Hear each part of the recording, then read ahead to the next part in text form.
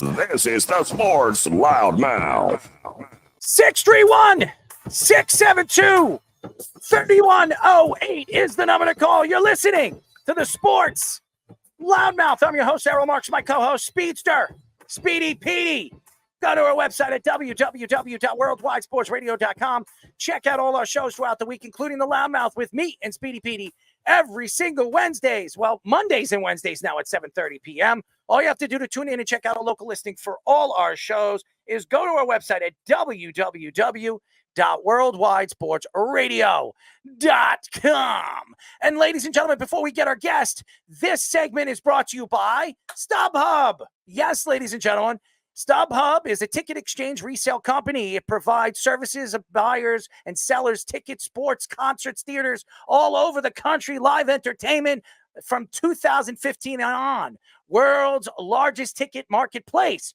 All you have to do to order your tickets and buy your tickets is go to our website at www.worldwidesportsradio.com. Hit the link that says StubHub. It's very simple, ladies and gentlemen. And you can get tickets right now to the Guardians and Yankees game. Yes, the Guardians and Yankees game right now is worth, right now at Yankee Stadium, I think $7. So you can get tickets right now for $7 to $15 right now if you go to our ticket StubHub link. All you got to do is hit our link by going to our website at www.worldwidesportsradio.com. Hit the link that says StubHub and buy your tickets. StubHub, one of the best ticket exchange companies in the world.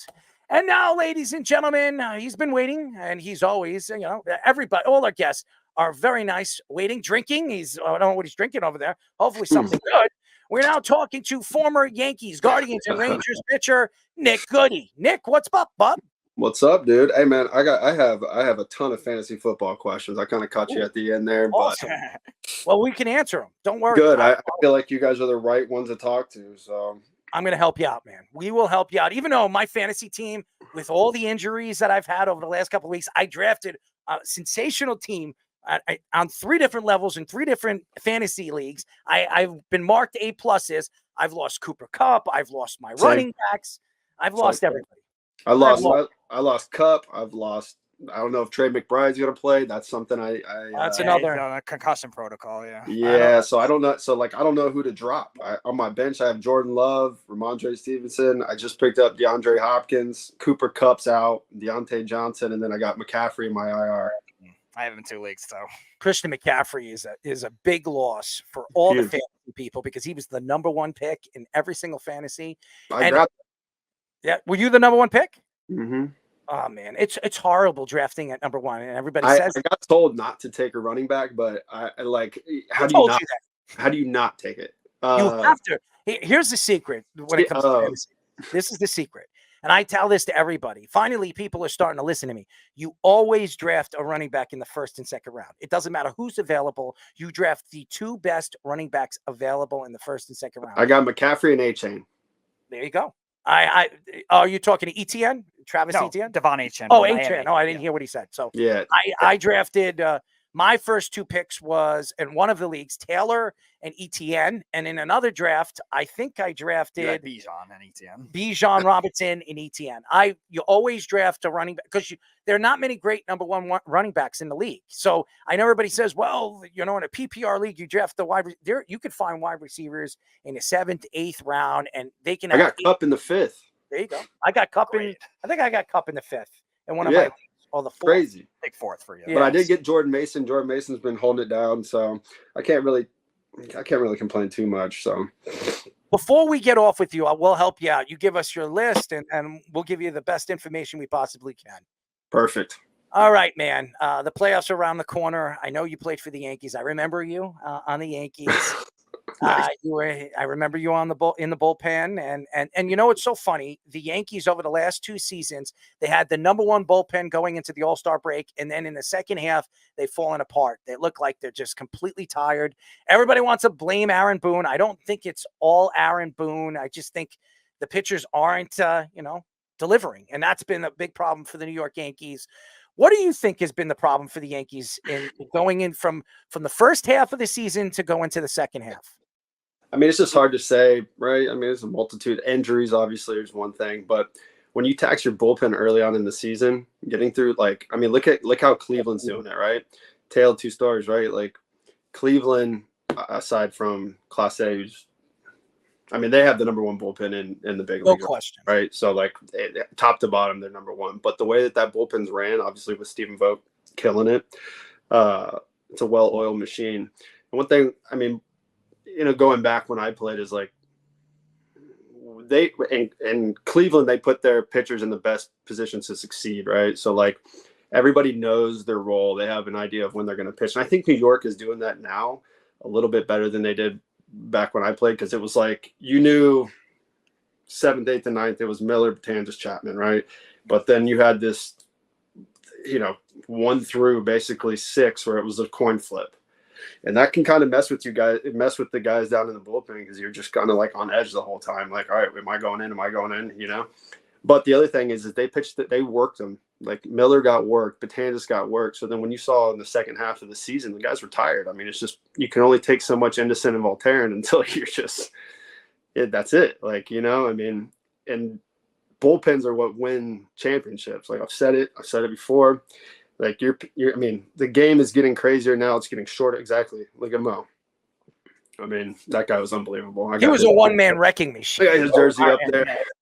You didn't need a good bullpen. You just needed him. As long as he was unbelievable. In the 8th and 9th inning, I seen Joe Torre do it plenty of times in the playoffs where he said, you know what? I'm just going to put Mo in. I'm not putting anything at risk. I'm going to put him in. And he's only, if you remember Mariano Rivera, he's the greatest playoff pitcher we've ever seen. I'm talking about even starters. He's the greatest. More people apparently have walked on the moon.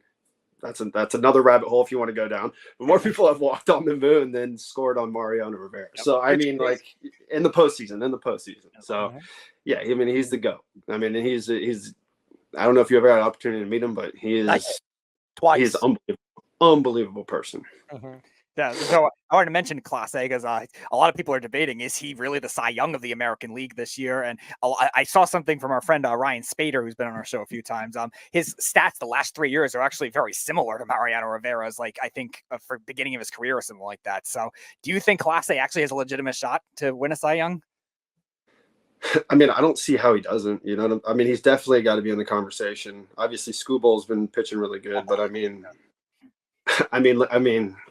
the guy's pitching out of his mind right now. So it's like, it's just hard to give a Cy Young to somebody in the bullpen, right? Like, I don't, for whatever reason, like we get the guys in the pen just get shunned. Like for these awards, it's like, but like, it's not to say that hasn't been done before. I mean, I think Dennis Eckler. He has my vote. I'll say that. If I were to vote, he has my vote because I know what it takes to pitch every day. Like, obviously not in that role consistently, but like the amount of pressure that's on you, and be able to go out and do it every single day versus, once every 5 days. Not taking anything away from starters, but like, I'm a bullpen guy, man. I mean, it's just like, I'm going to pull for my dogs.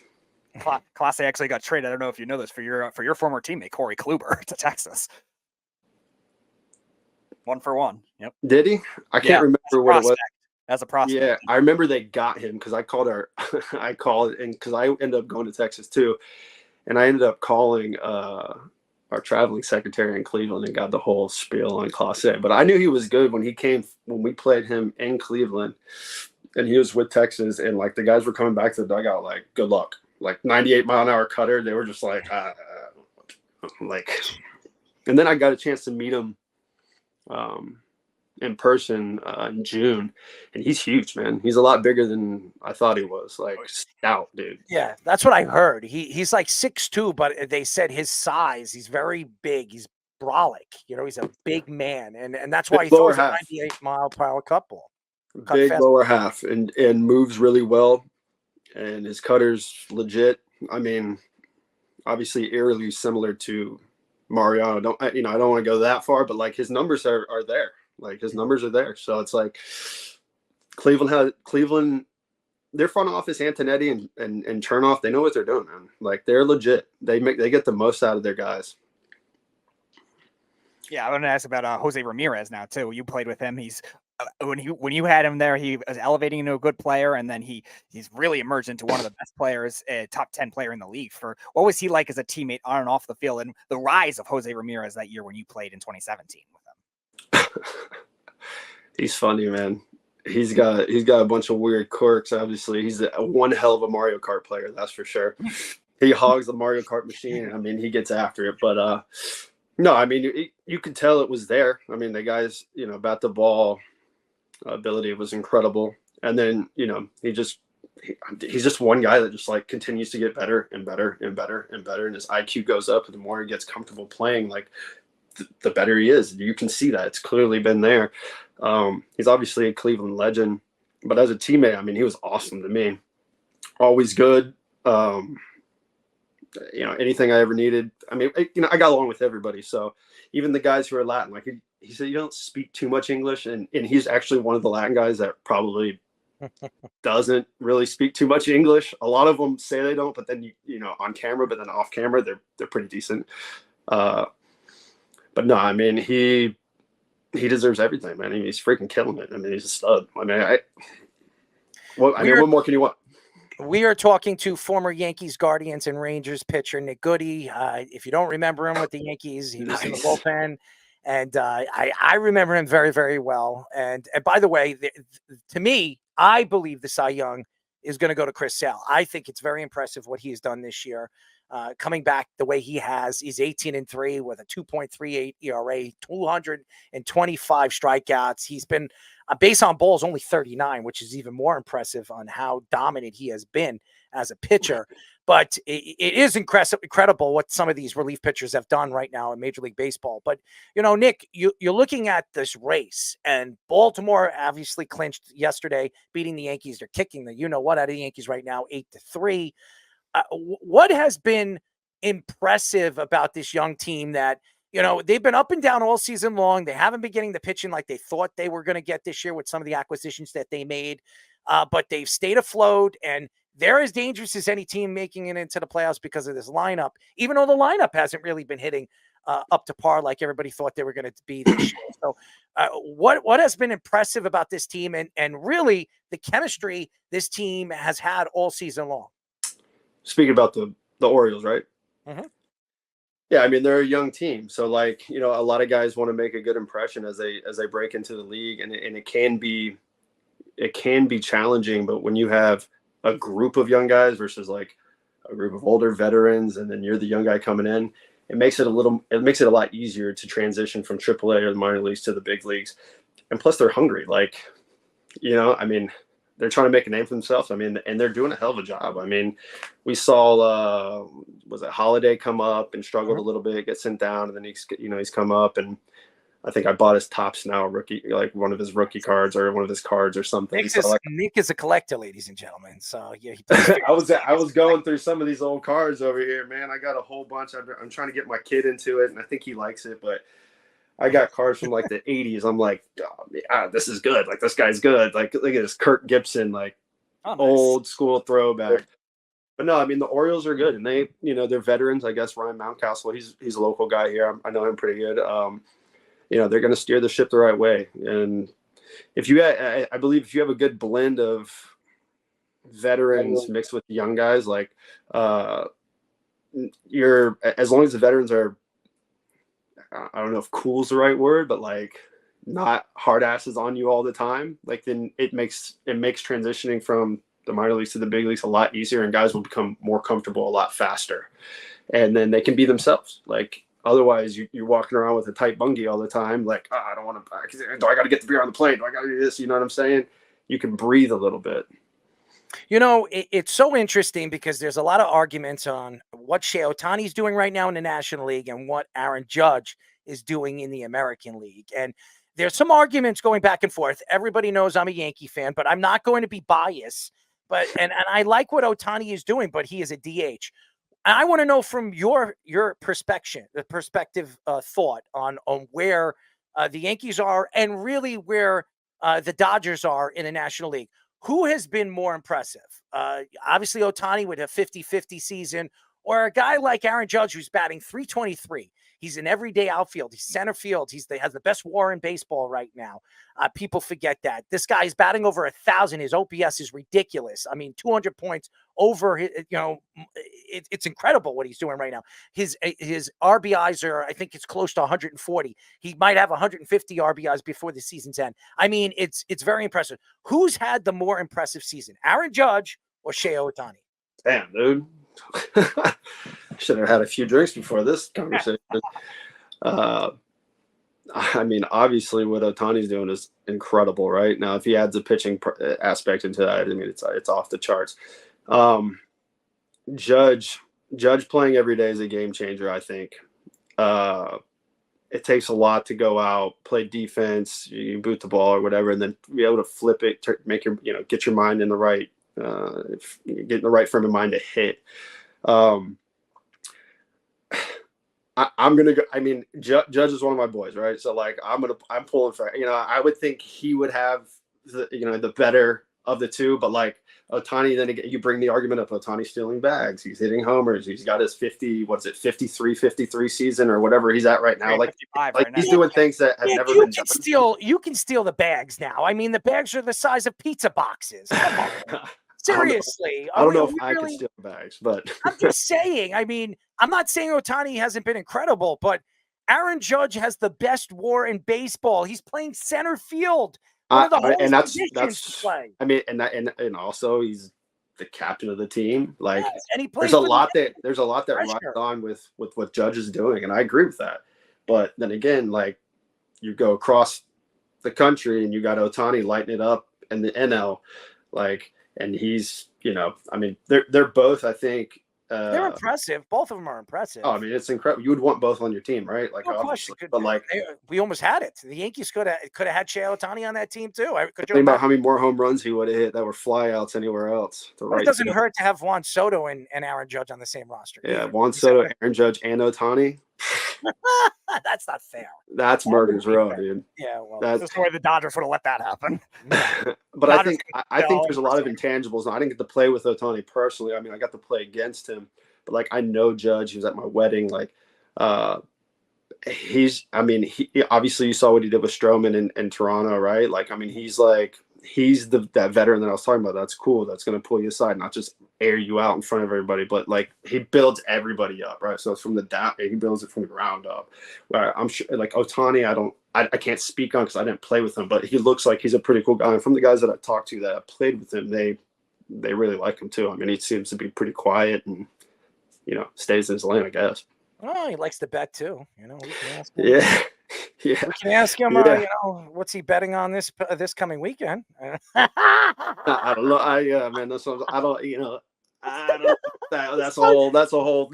I'm tongue twisting you over there. Yeah, it's a whole spiel, man. I don't know if what I'm allowed to say, but he's got a good interpreter. No doubt about it. So. Nice. Yeah, look at that. That is not the graphic I asked for, but okay. What was it, like, something 40 million or something? I don't know. I've loosely followed it. One of my best friends was sending me stuff on it. I'm like, how do you look up and just be like, was it 4 million or 40 million? I don't know what it was. It was 17 that we know of, but there's 17 million. And by the way, how does your accountants not know that it was missing? Come on. That's what I'm saying. Like, you wake up and you have a 17 million just gone. Like, you had to be, I mean, unless he's a billionaire and it's like ashtray money, I mean, that's quite a grip. That's a grip, dude. It's not rocket I think it's part of a larger plot too. I don't even think that's the only thing that's being involved. Souvenirs and like merchandise, ticket sales, things are involved in it too. So I think there's something larger going on. So yeah, but nobody's going to know the truth because Rob Manfred just brushed it under the rug like he does everything else. So we'll never know. Except for Trevor Bauer. You don't sweep that one under the rug. Oh, you know why they did that to Trevor Bauer? Because Trevor Bauer was just not a likable person, and baseball didn't like him. But Trevor Bauer is not ever going to play in the major leagues again. He's pitching lights out for the last 2 years in Japan and in the Mexican League. But this guy's never going to step on a baseball field. Sad. It's really sad. Yeah, it's very sad. Funny who is, did what he did because he's one of the faces of baseball right now. It just gets brushed under the rug because he doesn't speak English or, he's a likable person. I get out of here. This is ridiculous.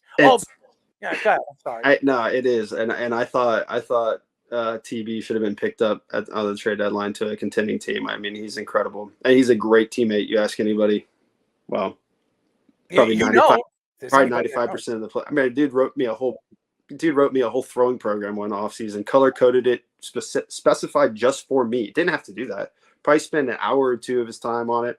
I mean, we're boys, but like, I'm like, damn, dude, like this is, and yeah, I mean, I talked to him throughout it, and it sucks, but I mean, the guy's incredible pitcher, and he's doing a lot of good for the game. Like, I mean, he's, I mean, whether you like it or not, like talking through his mental deal as he's pitching, like that helps out a lot of younger players. Like, I mean, he brings a lot of good stuff to the game. I give lessons, and like I use a lot of the stuff that he's teaching into my lessons. I incorporate it into my lessons.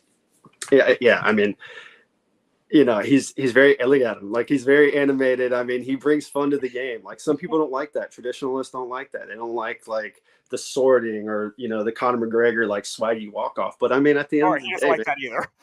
No. Let me explain something here. It's not that I don't like what Conor McGregor does. When he steps in the octagon doing his stupid walk. It's what he does outside of the octagon. I could agree. And saying the things that he says outside of the octagon. But here's the other thing. He's building a brand. No, I understand. He's building his brand. He's running for president for Ireland or something, whatever. Yeah.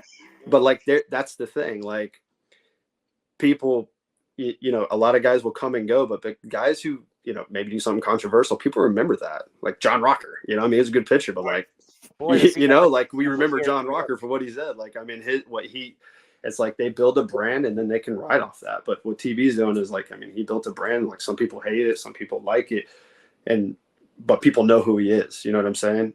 And regardless of what he did or didn't do, I mean, it got dropped. It was all, whatever dropped in court, but like, Manfred still has a vendetta against him because, I mean, TB was the one who called out the Astros for the sticky stuff. TB was the one who called them out about, whatever, banging the trash cans or, whatever they were doing. I can't remember everything, but like, it's like I mean, he comes with some baggage, but I mean, who cares? At the end of the day, if he goes out every 5 days or was he lying? Was he lying? No, that's what I'm saying. Yeah, he's not lying. And here's another thing. It looks bad on baseball. I'm good. Here's another thing that really bothers me about the way the league treats Trevor Bauer. Trevor Bauer is a guy that obviously has a lot of baggage, but look at Greg Hardy. Greg Hardy, who, and I don't know if anybody remember, this has something to do with football. This guy beat the what out of his girlfriend, beat the hell out of her. Okay, almost killed her, and drowned her in her own toilet bowl. Okay, and then he gets off, pays her off. She doesn't do anything to him in court, and he gets a new contract by the Dallas Cowboys and comes back and plays in the NFL for 3 or 4 more years. Trevor Bauer didn't do anything wrong. It was proven in court that he did nothing wrong, and he can't get another job because nobody likes him? Come on, man. And I've heard from so many different players that we've had on the show that knows Trevor that said that Trevor Bauer is one of the nicest guys you'll ever meet. So dude, he'll do it. I mean, he gives the shirt off your back, like off of his back. Like, I mean, it's just baffling to me. I mean, I was texting him in the off season, like when this stuff was going on, and I was just like, "Damn, dude!" Like, and then it's a sad story. I mean, the guy's one of the best pitchers on the planet in my eyes, and I mean, he was a Cy Young in 2020. Like, I mean, it's got to give him another chance. I think the thing is if he does sign, like if he would have signed with New York, I mean, the media would have erupted. So it's like, how do you tamper that? It probably would have had to be like a smaller market. Go out to go. If you get brought in by the Yankees or the Mets, you go out there and pitch. If you pitch well, nobody's going to speak about you. If you go out and play your game and you dominate and you're energetic and the fans love you for that, everybody will forget what you did, okay, or what you didn't do, what you were accused of doing, okay. 100%. Well, he didn't do anything wrong as far as I'm concerned, and I've stuck up for him many, many times on this show. I just feel like people just threw him out to the wolves because they don't like him. Yeah. I mean, I agree. You're not saying anything that I don't agree with. I think he should get another chance, and I hope at some point he does. And that's a pretty awesome freaking picture you got there. Mario Kart. We've had some intense battles. He's got me a few times. I think I might have got him a few times, but he is, aside from being, he might be a better Mario Kart player than he is baseball player. Really? Yeah, dude. He's pretty. Like, I pride myself on my kart game, but homie's got some freaking drifting skills. He knows how to use those shells, man. Yeah. Pretty good. It's pretty good. I don't play Mario Kart. I never did. I wasn't really into it. I loved Sega Genesis when I was growing up. My son's into Sonic, but look, on the team planes, we would link up on our Nintendo Switches and get after it. There's a college game that you can play involving Mario Kart, and we would get after it. It was tight. It was fun. It was good. It was a good time. My brothers do that with beer, and then that you have to like stop driving while you drink a chug of beer, and then you go back. Yeah, Beerio Kart. That's what it's called. Yeah, you can't drink and drive. You got to finish your beer before you go. Not saying that I don't drink forever, but like this is the first glass of bourbon I've had in probably 6 months. So I was like, I'm doing a show. I might as well have one. I'm freezing in my room right now, so I'm like shivering, trying to get warm. We got a hurricane coming tomorrow. I'm like, dude, like. Where are you living right now? Where are you at? I live in Florida. Where part of Florida? Orlando. So we're more east. Like the West Coast is about to get pummeled, and it's gonna be pretty bad. But we should be all right. I mean, we're probably gonna get the outer bands, but I moved the trampoline and secured that down and got our chairs in. So I think we should be all right. Hopefully my screen stays intact. You'll be fine, man. And by the way, my favorite Sega Genesis game growing up was Contra. Remember Contra? Oh yeah, yeah. That was my favorite game, man. I played Contra. Used to go over to my friend's house for Christmas, and we'd play Contra all night, Christmas Eve, all the way to 4 o'clock in the morning, waiting for Santa Claus to come. Yeah. I'm sure your parents love that. My son on Christmas is like, I want to stay up for Santa. I'm like, all right, dog. Here's a little melatonin. I could use some of that right now, man. Uh-huh. I just bought a gun. I'll tell you what, there's like, I think it's called like Nature's Bounty or something. Nature's Bounty, yes. Dude, they sell like 10 milligram melatonin, and like it works. Put you out like a light. I don't like have any endorsements with that, but it works. Sure. If they're watching, hook it up. Nick Goody, baby. Yeah. Nick Goody is inspecting your melatonin, and by the way, he inspects it and he is selling it, baby. I approve. He approves it, and he's ready to take it. Send him a couple of, send him a whole 3 years worth of it. All right, Nick. By the way, while this graphic is up, we were wondering what type of fish that was that you caught in that photo. Yeah, it was a shark, and one of my buddies over here. We live over here, and they like pick it up, and they're like, oh, they don't, they're like, one of them's in the Navy, one of them's a captain and a firefighter. They just grab the thing and they're like whipping it around. And one of my other buddies that was there that day, he's actually in the Army now, National Guard, but he was a catcher for the Phillies. And I'm like, bro, I can't lose my fingers, man. Like, how do I grab this thing? Like, what, they're like, wearing me out about it. I'm like, all right, I have to pick it up. Otherwise I'll never hear the end of it. I can't remember what that was.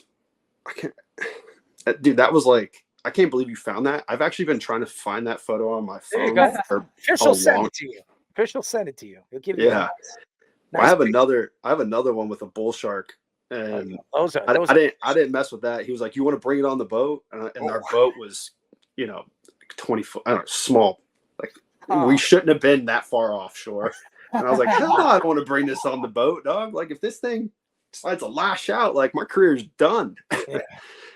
It's funny. I was telling Speedy that every guy has a hammerhead in his pants, and Speedy says, "What did you say, Speedy?" I told you. Okay, all right. Look at that photo. Look at the photo and say that's a hammerhead shark, and he's like, "Oh, Fish was saying that." No. No, definitely not a hammerhead. No. But That's what I was telling him. Like Errol's fifth grade education that he is claiming thought that, oh, that's a hammerhead shark, and then he's like, oh, you have a hammerhead shark in your pants, which doesn't make any sense because it won't fit.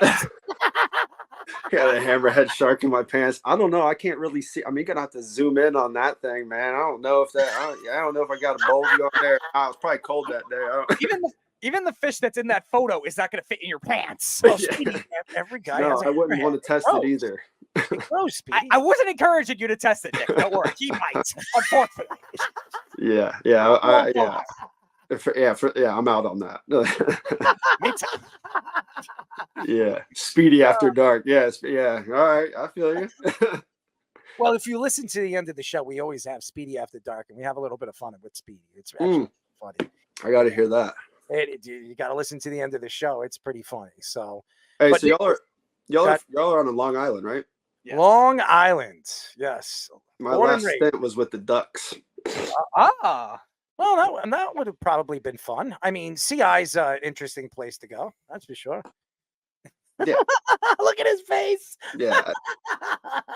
I mean, it was we had Wally Backman as my manager. Yes. We love Wally. He was awesome, dude. Wally is, exciting, has a personality that'll light up a room. That there's no doubt about that. Oh yeah. There's no 100% in the locker room. Like, I mean, you guys, I didn't really have like too much knowledge of who he was. And then he's like, you know what? One of the guys on the team was like, you need to watch Playing for Peanuts. And I was like, okay. So I watched Playing for Peanuts and I was like, damn, this guy is intense. Because what ended up happening was I started 22 in Mexico, and then I pitched really well, but nobody was getting signed out of there. And I'm like, well, if nobody's getting signed out of here, like, I don't want to just sit here in Mexico. My family's not coming, and I kind of missed my kids, and so I pitched in Mexico City, and I got food poisoning a couple times. But that particular day, I had food poisoning before I went in. So I was like, they called down and they're like, hey, who are you going? So long story short, I'm in the bullpen. I'm throwing up. I'm pitching. I'm throwing up. I'm pitching. I'm going into the bathroom. Throwing up, pitching. I go into the game in Mexico City, where Trevor Bauer pitched, is at elevation. So it's, I don't know if you guys have been anywhere with elevation, but stuff doesn't move as it usually does, and you can get shortness of breath. So Mickey Callaway was actually my manager. Oh God, it was awesome. Good old Mick. Mick. So so I'm out there pitching, and he comes out and he can see me, man. I'm like gasping. I got like one out. I'm like holding in my throw up, and he's like, "Are you good?" I go, Mick, I'm gonna get these last outs, and I'm going home. And he walks back, and the pitching goes like, "What do you say?" He's gonna get the last outs and go home, and that's what I did. I got the last outs. I hopped on a bus. The team was flying out the next day. Took like a 12-hour bus ride back to Monclova. Hopped on a plane. Got stopped by the cops on the way to the airport. Took off. Signed with Long Island, and that was that. Well, you got to play with the old backman. I call him the backman, but or the beer man or the drink man. I do like Wally. Wally is it should have a baseball job. He should manage. He should be managing in the major leagues. It's shameful. That's another guy that should have a job, and unfortunately, the MLB and the Mets just treated him like a piece of garbage. So that's just my opinion. Yeah, he is. He's special. No question. He's special. He's unfiltered. Tells it how it is. So am I. You want me to be? I mean, as a player, that's what you want. I think I think people like that are outspoken and just say what's on their mind. Like, I think that's way cooler than just sweeping stuff on the rug and being like, nah, man, give it to me. Like, I want to hear it. Like, tell it to the media. We suck tonight. Like, I love it. Yeah, well, I speak how it is, and a lot of people hate it, but that's what makes me and makes this show so fun and so interesting, because you don't know what's going to come out of our mouths. But before we let you go, you had some fantasy questions, so give it to us, and we'll give you the answer. Yeah, so I need to know, man. I need to know who to drop. I just dropped Cam Akers for DeAndre Hopkins. I have on my bench Jordan Love, Stevenson, Hopkins, Kupp, and Deontay Johnson. But if Trey McBride isn't playing, like who am I supposed to drop? Am I supposed to drop Chuba Hubbard or George Pickens? Like my I would keep Pickens. Keep Pickens I for would sure. keep He's just Pickens. streaky, but he has his big games too. Yes. my lineup right now is Prescott, Jordan Mason, A-Chain, Garrett Wilson, Nico Collins, Trey McBride. Then my 2 flexes are George Pickens, Chuba Hubbard, kicker Harrison Butker, Jets D. And then on my bench, it's Love, Stevenson, Hopkins, Coop, and Deontay Johnson. Who do I drop to pick up a tight end? Also had a trade request, Tyreek Hill and Brock Bowers for A-Chain. I would do that. Huh. I would do Only that. problem with that is we don't know what the quarterback situation is in Miami, and A-Chain is going to get a boatload of work. Mm-hmm. Who's the other guy? You have Brock Bowers and who? Tyreek Hill is who I would get for A-Chain. I would do that. Yeah, I'd still do that. Good, I think that's a really good deal for because you. Bowers could be just as easily of a flex even when McBride's healthy. So. Bowers putting up ridiculous numbers right now, and Tyreek Hill, even with the bad quarterback play, is still going to have over 1,000 yards. Even with the bad quarterback play, I would do that. That's so then my top running backs would be basically Mason, either Chuba Hubbard. Is it Chuba or Chuba? Chuba or Stevenson. What you do is you have Tyreek Hill and then you have Brock Bowers. You can use one of them and trade them for a running back, or a running back and a wide receiver. You can use those two because you're giving up a Chan, and you're going to get 2 players, 2 really good players, and then you can move one of them. You can keep Brock Bowers and then move Tyreek Hill. I'm sure somebody would trade you for Tyreek Hill. I absolutely believe it. Right? That's what I was thinking. I was like, man, I would do it. I would do it, but you should look on your scrap heap of what running backs are available and see what could be available to bring them in, obviously, and drop a player. Because honestly, Deontay Johnson, I don't like him. If you can find a way to move him and try to get something for him, maybe you can get a secondary running back for Deontay Johnson. So that's something I would look at. Yeah, too. you have enough receivers. I think Yes. try to make that work. Yeah, my receiver core is like, I mean, usually I'm running back heavy, but this year I'm receiver heavy, and like obviously the injury to McCaffrey really sucks, but I would make that trade. I'm just telling you, I would make that trade, and I would use either Tyreek Hill or Deontay Johnson, or maybe 2 wide receivers to get a good running back. That's what I would do, because you have enough talent at the wide receiver position where you can move maybe 2 guys for a good runner. So we got number 1. So I'm going to go after Saquon or what? Kamara? Yeah, why not? If you're going to trade 2 wide receivers, let's say you want to put Deontay Johnson and Tyreek Hill, you're going to get a good running back. Running back. Yeah, or you keep Tyreek Hill and trade George Pickens and Deontay Johnson and get yourself a good running back. Not a great running back, but a good running back. Yeah, no, I don't play this to lay up. I go all out. All right, so do it. I'll sell the team for a star. That's a good trade for Chan, for Tyreek Hill and Brock Bowers. I think I would make that trade. Bowers at the end of week 2, I think, was leading tight ends and receiving. Yeah, I would do that. He's the number 2 tight end behind Dallas Goedert, but Dallas Goedert really just had he just had 1 week, yeah, he had a monster week where Brock Bowers has been pretty steady, 7, 11. Yeah, and his upcoming, I mean, he's playing the Browns and then Denver and Pittsburgh. It's like his hit. Like I'm looking at his schedule right now, it's pretty all green, right? Yeah. So yeah, I'm gonna have to do some swindling here. I'm gonna have to swindling. Do some pep talking. You got to do some swindling. I mean, there's a lot of swindling. Look, dude, and Trey McBride might play this week because it's questionable. He could actually play this week. He's got to pass concussion protocol on Thursday, I think it is. If he passes protocol, he'll be playing on Sunday. So Jerome Ford could be questionable, but I think he'll play. I have dude. My team is all questionable. Every single player on my roster is questionable. It really is bad, dude. Look, listen to this before we let you go. Dell, McBride, Ford. Listen to this. I got Cup on the thing. He's out. Warren's questionable. Eckler's questionable. Thielen's IR. Tagovailoa's IR.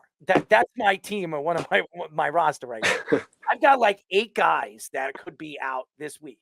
Okay, so it's ridiculous. And somehow I'm still have a chance to win this week. It doesn't. I mean, them NFL authors over there writing all these guys' scripts, just really dampening our fantasy football here, huh? Oh man, I want to throw up.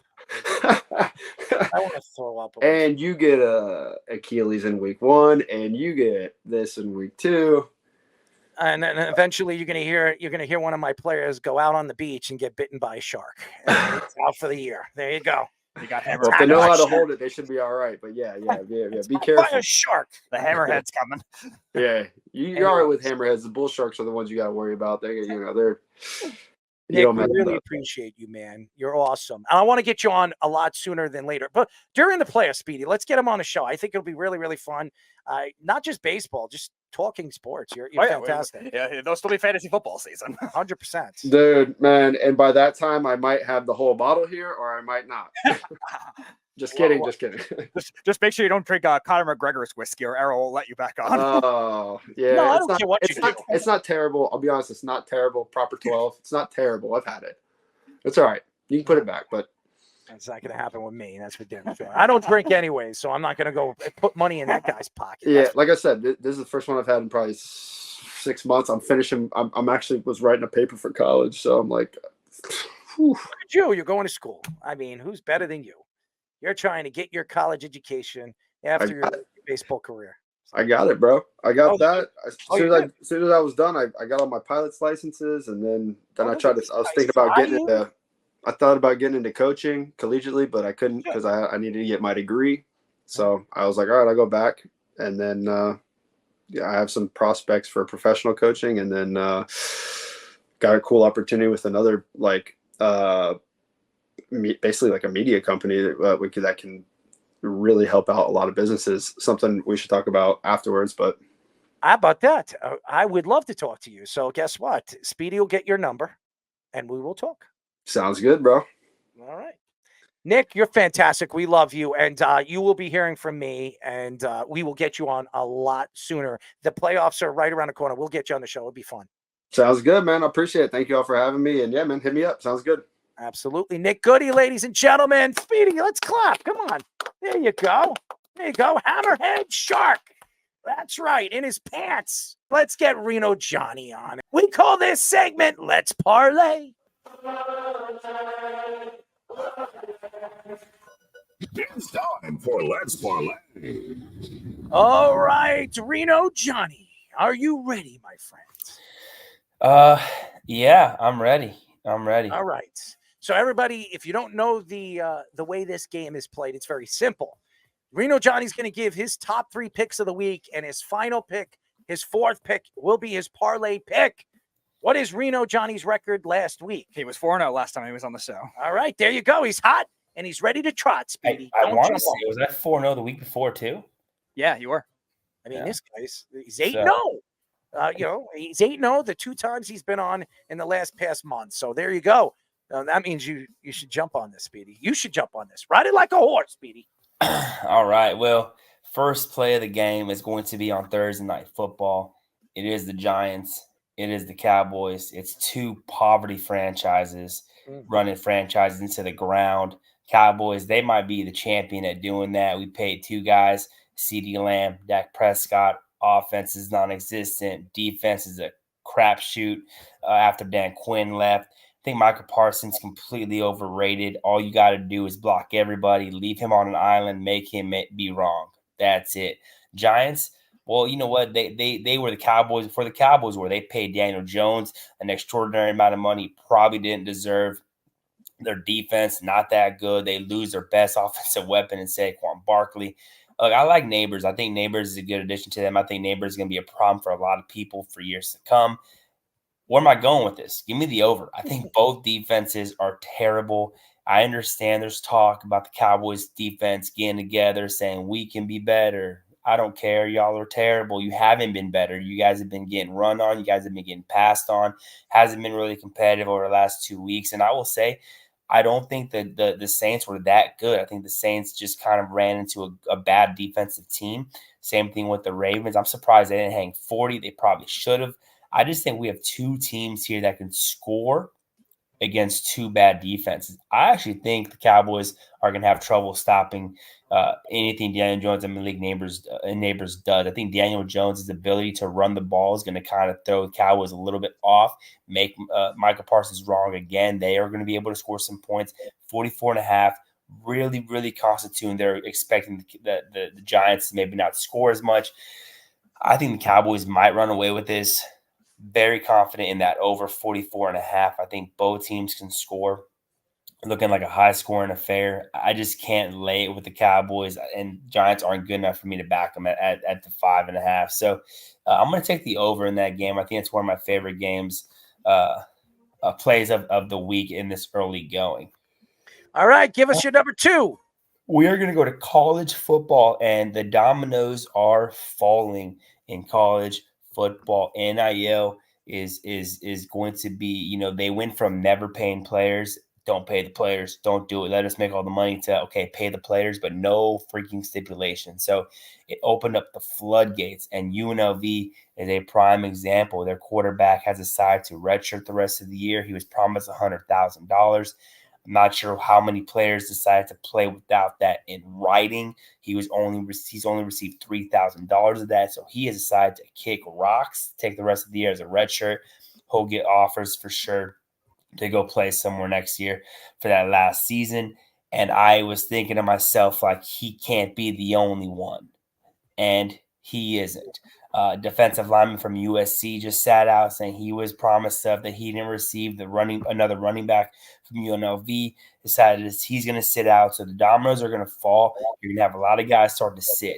However, the strength of UNLV was never really their offense. Their offense improved, but the big improvement from last season to this season was their defense. Their defense really came around, turned a corner, was able to provide a lot of help to their offense, which I thought was running pretty well. They're going to turn to, I can't say his name, so I'm not going to even try butchering it. Their backup quarterback, who was an FCS hero.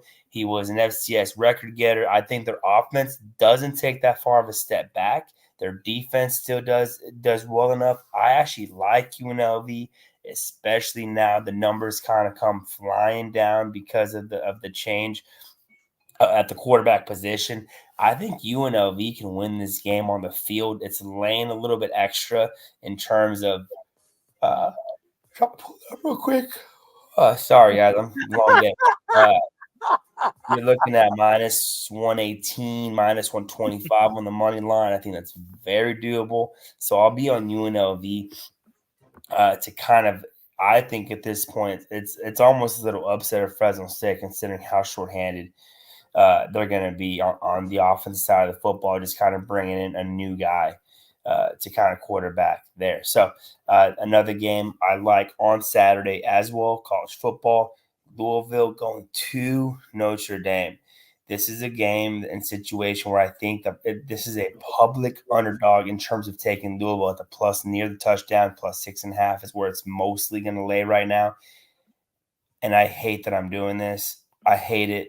I'm almost like can't say it, but I'm going to take Notre Dame minus 6.5. And this is a perfect opportunity for Notre Dame, who at this point might be overvalued. They're 3-1, have not looked good in probably 3 of their games. They haven't looked very good. I think A&M, they kind of escaped. I think A&M came in a little bit overrated. They struggled against NIU. I don't care what the final score was last week. They struggled against the Red Hawks of Miami of Ohio. I think that this is a game where now people are looking at it. There's no way they win by 6.5. They're taking Louisville as a public underdog. I'm going to come in on the other side, take Notre Dame, laying the points at home in a game that is a revenge game. If you remember last season, they went to Louisville. They lost by 2 touchdowns. Were never really in the game. Kind of in a big upset at that time. This is going to be kind of the reverse where people expect Louisville to hang in. I think Notre Dame's got a lot on their minds, including revenge from last season. I know it's a new quarterback. A lot of players still there. Give me Notre Dame. Run away with this game against Louisville. and kind of and they basically at that point creep back into the conversation for the playoffs. Final pick is a pick that kind of high on them. I'm higher than I think most people. Let me preface this with saying this game goes one of two ways. They're either going to get their mouths curb stomped to next week, or they're going to be in it late. I think this is a potential game that we might be talking about as potential upset. I'm not really sure how good LSU is. Give me South Alabama at more than 3 touchdowns at 22.5 points. This South Alabama team can score. They've lit up the scoreboard the last 2 weeks. They put up 87. I get the opponent. But South Alabama last week came in as a 7.5-point dog and won the game 49-14. Appalachian State. It's supposed to be a tough place to play. The defense in South Alabama does worry me a bit. However, I do think their offense will be able to put up just enough to kind of stay within this number. I think they will be there at the end of the game to potentially pull off the major upset. I'm going to sprinkle on the money line just a little bit, see if I can get lucky that way.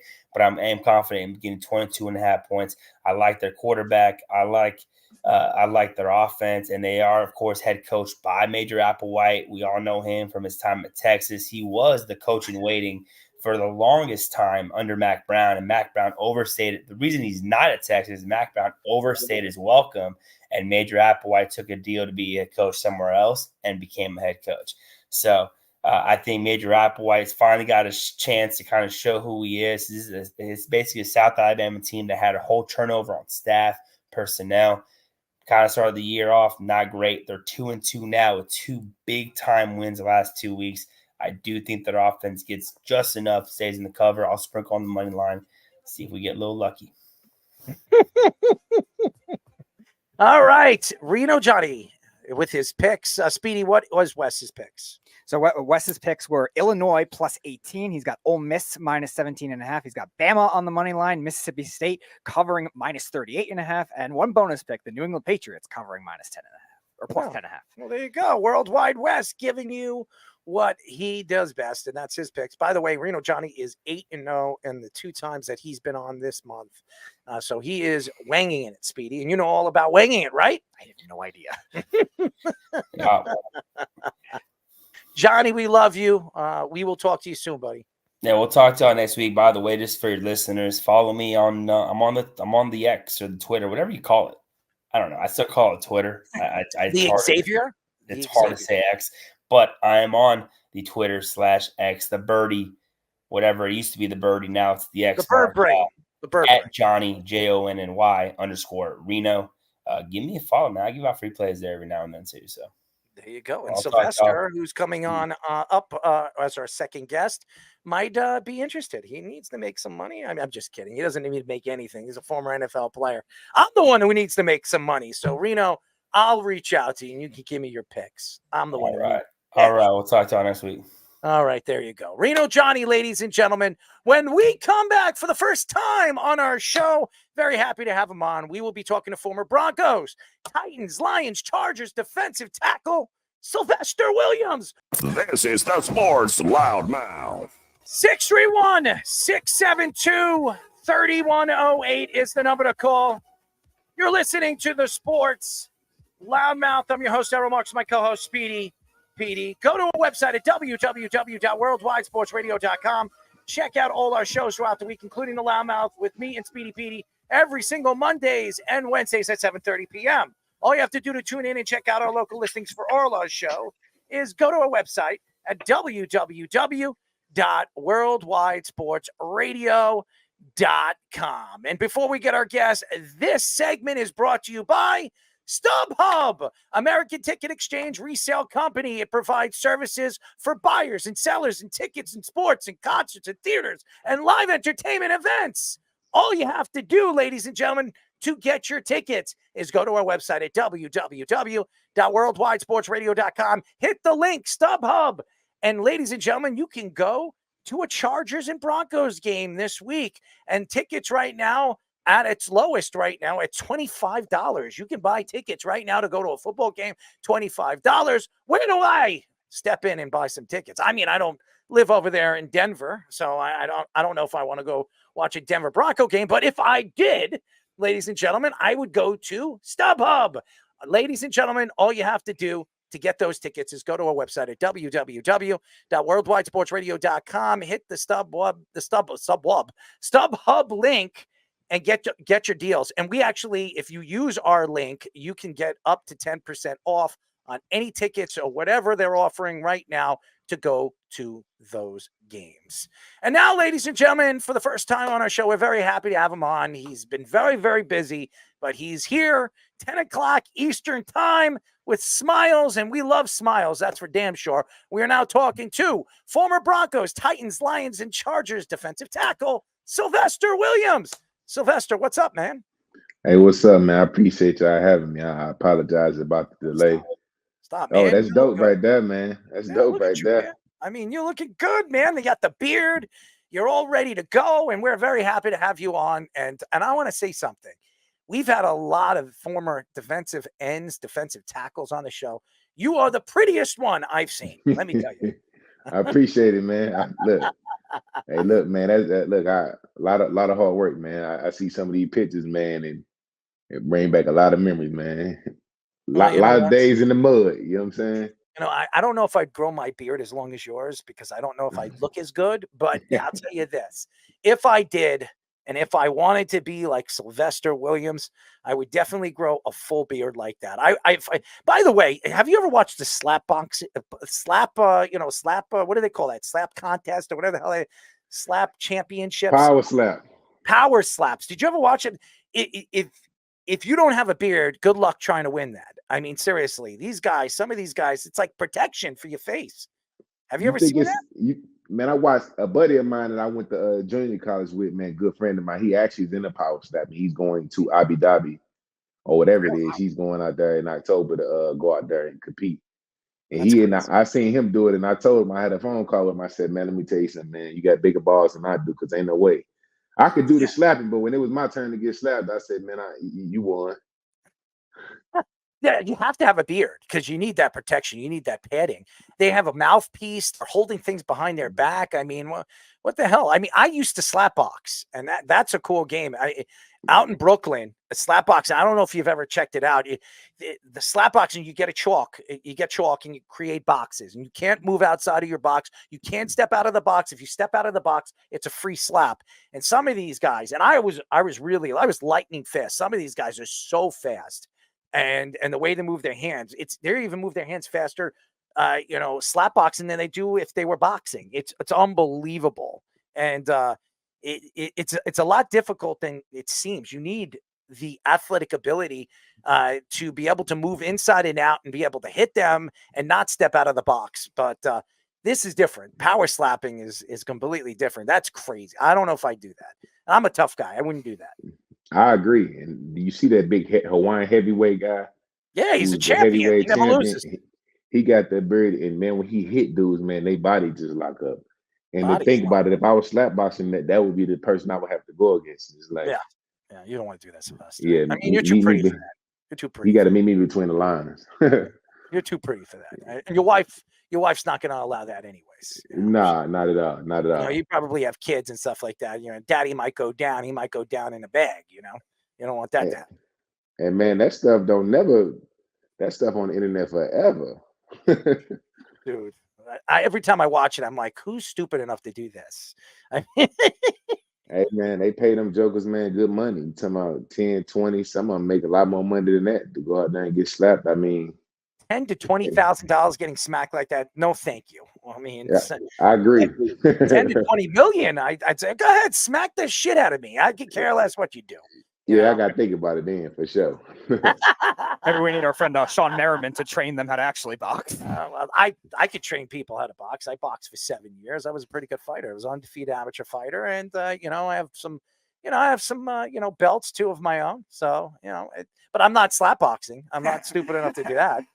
It's a whole different ball game. Oh yeah. You talking about, man, somebody just you just stand there and look somebody in the face while they slap you. Now, boxing, you get to move around a little bit to figure yourself, and you get to punch while they punching. So it's my whole different ball game, man. It's a different ball game. By the way, we are talking to former Broncos, Titans, Lions, Charger defensive tackle Sylvester Williams. He's joining us for the first time on our show.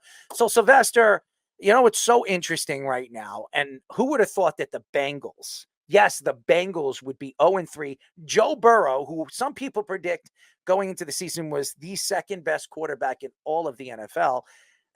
What do you think is the problem right now with the Bengals? I can't put it together. I don't understand it. I'm gonna tell you the thing about football, man, especially at this level, man, the outside noise, you got the contract disputes, man, and stuff like that. You talking about, arguably your second best player on the team, man, and all the media coverage surrounding that, man, is contagious, and him being unhappy, it just leads to, I think they'll be okay, because I think they got enough over there to overcome it. I think they had a slow start last year. I think they just got to get locked in to, on one common goal. Right now, you got, he read about getting paid deservingly. He's had a phenomenal career. He deserves to be paid, but it is a distraction though.